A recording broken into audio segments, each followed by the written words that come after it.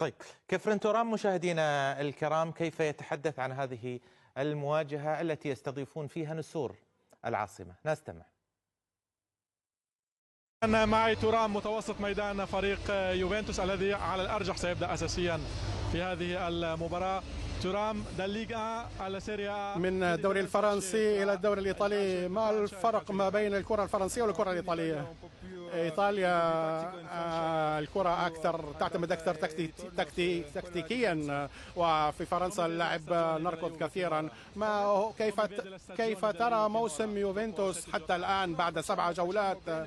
نحن نقدم أداء جيد بالفعل، تعادلنا 3 مباريات هنا، والليلة نريد أن نفوز من أجل الجماهير ومن أجل النادي. ماذا على يوفنتوس أن يقوم به الليلة لتحقيق نتيجة إيجابية ضد لاتسيو؟ علينا أن نقدم مباراة كبيرة لأن لاتسيو فريق جيد. علينا أن نكون منتبهين ونلعب كرة قدم جيدة. شكرا جزيلا، مباراة طيبة. كان هذا تورام متفائل بهذه المباراة، يقول علينا تقديم مباراة كبيرة لتحقيق الانتصار أمام لاتسيو. أسامة.